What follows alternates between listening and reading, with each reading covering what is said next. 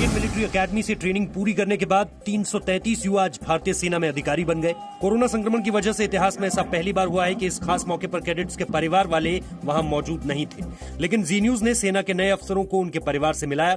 जी news के खास show विजयी भव में देश भर के अलग अलग कोनों से सेना के अफसरों के परिवार वाले उनसे जुड़े और बातचीत की। कदम कदम बढ़ाए जा, खुशी के गीत गाए जा, ये जिंदगी है कौम की, तू कौम पे लुटाए जा। इस खास शो के लिए देश भर से जी न्यूज को लोगों की बधाई मिली। सोशल मीडिया पर जी न्यूज का हैशटैग विजयी भव ऑन जी ट्रेंड कर रहा था। जुग जुग जियो मेरे लाल, जुग जुग जियो। कार्यक्रम के दौरान कई बार सेना के अफसरों के परिवार वाले भावुक भी हुए। We are really proud of you and you look really good. बिल्कुल मिलूंगा, जब भी वो मोमेंट आएगा, जब भी मौका मिलेगा मैं बिल्कुल मिलूंगा। सेनाध्यक्ष जनरल मनोज मुकुंद नरवणे ने कहा है कि वो सभी को भरोसा दिलाना चाहते हैं कि चीन के साथ बॉर्डर पर हालात नियंत्रण में है। जनरल नरवणे ने कहा कि चीन के साथ कई स्तर पर बातचीत चल रही है।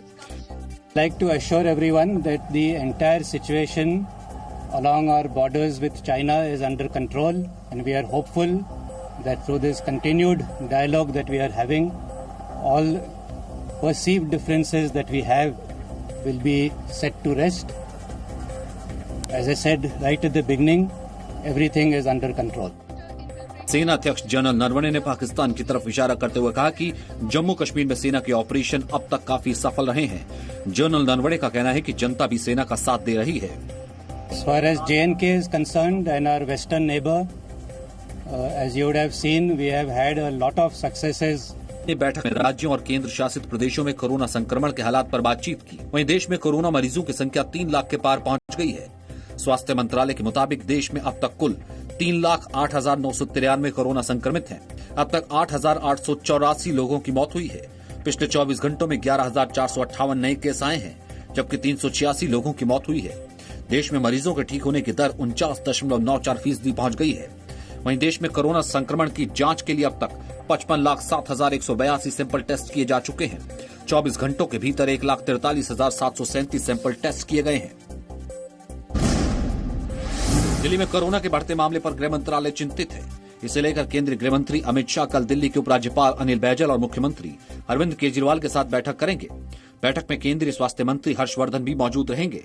साथ ही एसडीएमए के सदस्य, दिल्ली एम्स के डायरेक्टर रणदीप गुलेरिया और अन्य वरिष्ठ अधिकारी भी शामिल होंगे। दिल्ली में कोरोना संक्रमण बढ़ा है। दिल्ली में कोरोना संक्रमितों की संख्या बढ़कर 36,824 पहुंच गई है, जबकि संक्रमण से अब तक 1,214 लोगों की मौत हुई है। दिल्ली में 22,212 एक्टिव केस हैं, जबकि 13,398 मरीज इलाज के बाद संक्रमण से ठीक हो गए हैं। कोरोना संक्रमण को लेकर आम आदमी पार्टी के सांसद संजय सिंह ने केंद्रीय स्वास्थ्य मंत्री हर्षवर्धन को चिट्ठी लिखकर आईसीएमआर टेस्टिंग गाइडलाइंस में बदलाव की मांग की है। देखिएगा, मैं आपको बता दूं, टेस्टिंग आपको बढ़वानी है ना, तो आईसीएमआर से कहिए अपनी गाइडलाइन चेंज कर दिया। आईसीएमआर की गाइडलाइन है, उसको हम फ्लॉट नहीं कर सकते हैं। जो उन्होंने कंडीशन लगा रखी है उन्हीं के टेस्ट हो सकते हैं पूरे देश के अंदर। उस कंडीशंस को मानना सबके लिए बाध्य है और उसमें क्लियर कट गाइडेंस है किसका टेस्ट हो सकता है, किसका टेस्ट नहीं हो सकता है। तो आप आईसीएमआर से केंद्र सरकार कीजिएगा, उसको ओपन कर दे, जो भी चाहे अपना जाके करा ले। दिल्ली में the confederation of all India traders यानी CAIT की तरफ से कराए गए सर्वे में करीब 93% व्यापारी मानते हैं कि अगर बाजार खुले तो संक्रमण और ज्यादा फैल सकता है। नेपाल की संसद के निचले सदन ने 72 घंटे की बहस के बाद अपने देश का विवादित नक्शा पास। Presenting B News app available on Google Play and App Store. Download it now.